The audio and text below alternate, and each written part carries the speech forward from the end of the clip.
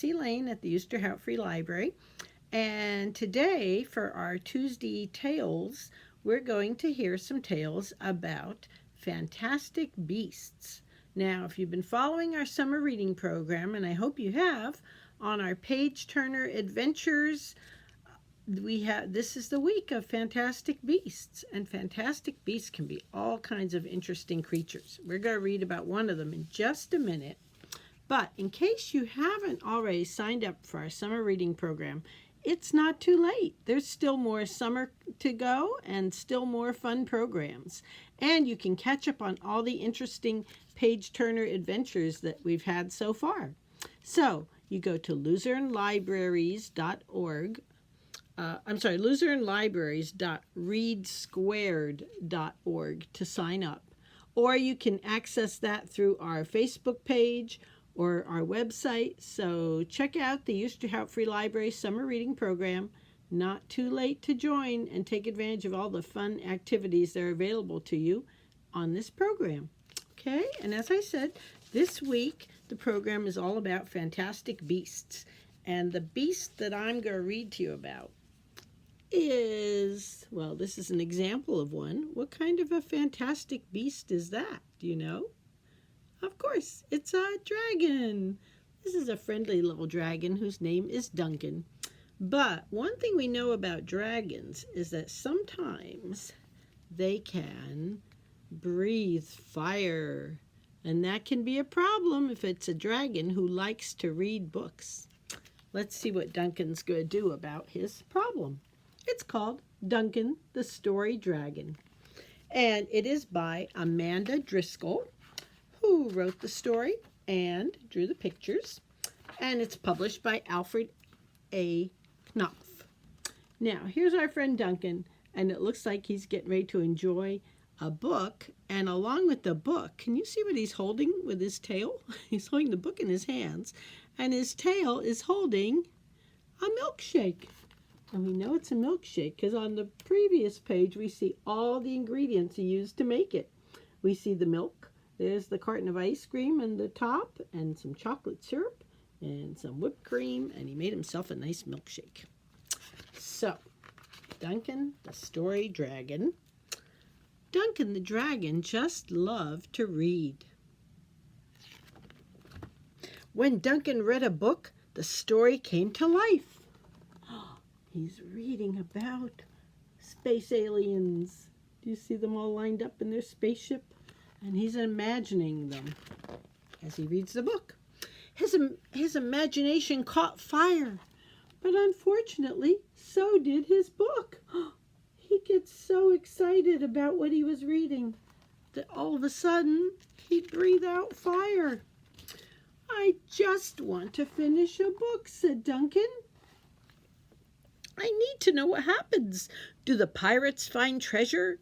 Does the captain save the ship? Do the aliens conquer the earth? And I want to read those two wonderful words like the last sip of a chocolate milkshake. Those two wonderful words at the end of a book are the end. Duncan tried everything to keep his cool. Really? There he is, sitting in the refrigerator trying to keep cool. Truly, he's got a bunch of fans blowing cool air on him. Everything he tried, and here he's sitting in a tub of ice cubes. And still he's breathing fire. Oh dear. I have an idea, said Duncan. I will find a friend to read to me. What a great idea. So Duncan searched in the nearby neighborhood. Hello, friend, he said to a raccoon. Would you please read me a book? What do you think? Does that raccoon look like he's ready to read a book?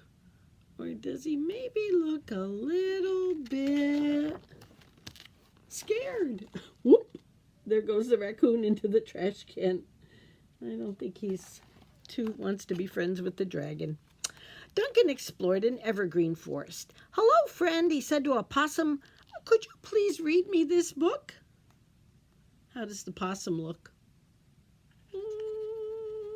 I I think he looks a little nervous too. Oop, plunk. He lay down and played dead. So Duncan traveled to a faraway farm. "Hello, friend," he said to the bull. "Will you please read me this book?" Now the bull, does he look frightened? I don't think so. Yow! This time Duncan's the one who was so frightened he ran up a tree to get away from that bull. Oh, dear, dear, dear. What is Duncan going to do? After searching the entire countryside, poor Duncan trudged back home to his cottage. As he hugged his book, a fat tear trickled down Duncan's cheek and landed with a plop. There goes his teardrop. And his teardrop dribble-drabbled across the floor and ran split-splat into a mouse. "Sad ending?" asked the mouse. "I'll never know," said Duncan. As Duncan explained his problem, he noticed a twinkle in the mouse's eye. "Do you like books?" Duncan asked. "Oh, I love books," said the mouse. Will you please read me this book?" "Why, certainly," said the mouse. So the mouse read to Duncan carefully. You see him reading the book? And together they battled sea monsters. They dodged icebergs. And they discovered new lands. Looks like a land of penguins. They took breaks for roasted hot dogs and toasted marshmallows. You could see who was roasting the hot dogs and toasting the marshmallows. And finally, the friends sailed home. Then the mouse read those two wonderful words, like the last sip of a chocolate milkshake. The two words Duncan's been waiting to hear are the end. The end of his storybook. But actually, it was only the beginning. And now he found someone to read to him, so it looks like he might be at the library getting some more books. So he and his new friend, where is he? Oh, there's Mouse. And of course, he has his chocolate milkshake. And that's the story of Duncan, the Story Dragon. Oh, I'm so glad he found someone to read those books to him. It's terrible not to be able to share books with someone. Well, we have one more dragon story, and this one is about a dragon for a pet. Would you want to have a dragon for a pet? Let's see what it's like. This is called The Best Pet of All, and it's written by David LaRochelle, and the pictures, the illustrations, are by Hanako Wakayama, and it is published by Dutton Children's Books. And there's a little boy, and he says, "On Monday, I asked my mother if I could have a dog. A dog is a good pet," I said. "No," said Mom, "dogs are too messy." "Well, on Tuesday, I asked my mother if I could have a dog. A dog is a very good pet," I said. "No," she said, "dogs are too loud." On Wednesday, I asked my mother if I could have a dog. "A dog is the best pet of all," I said. "No," she said, "no dogs." On Thursday, I asked my mother if I could have a dragon. "A dragon?" she said. "I have never heard of a dragon for a pet." She thought a bit and said, "If you can find a dragon, then you can keep it for a pet." I'll bet she thinks he's not going to find a dragon. What do you think? Dragons are not easy to find. There were no dragons in the park. There were no dragons at the beach, and there were no dragons in the woods.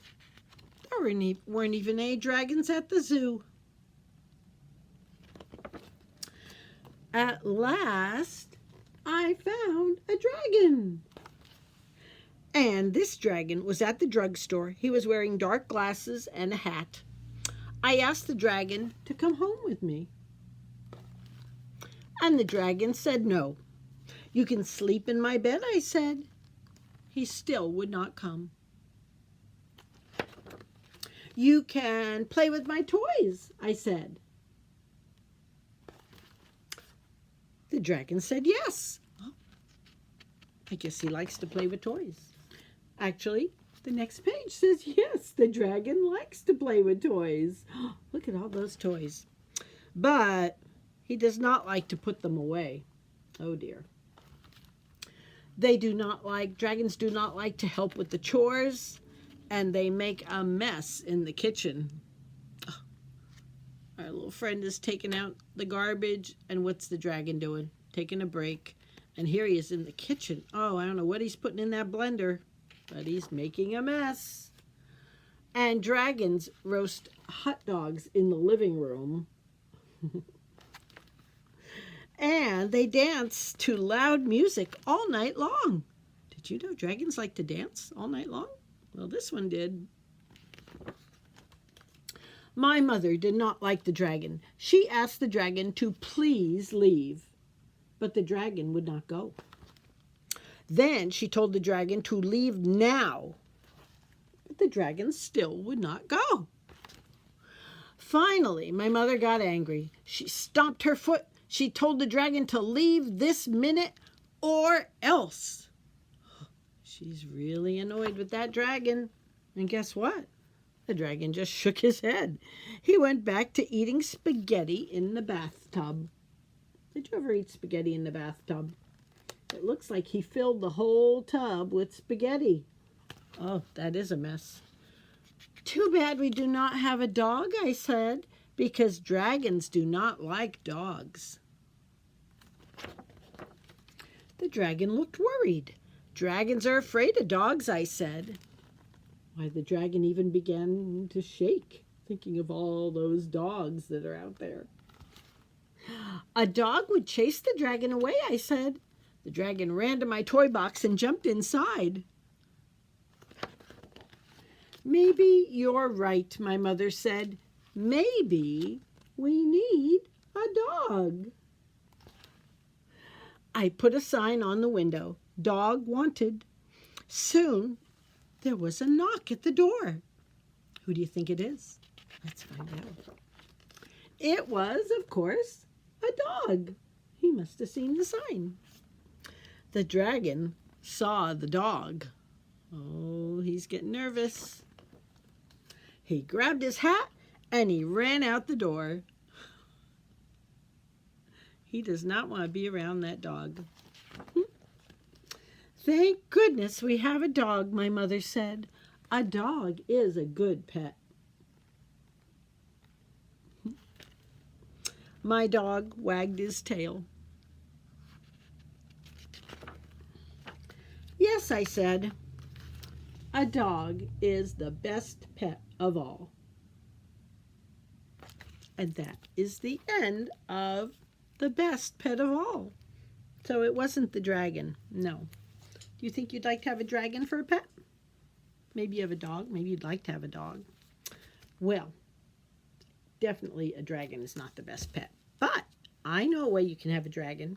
And this would be a dragon that would not make a mess, would not take a bath in spaghetti, or do any of the things that dragon did. Because this is a paper flying dragon.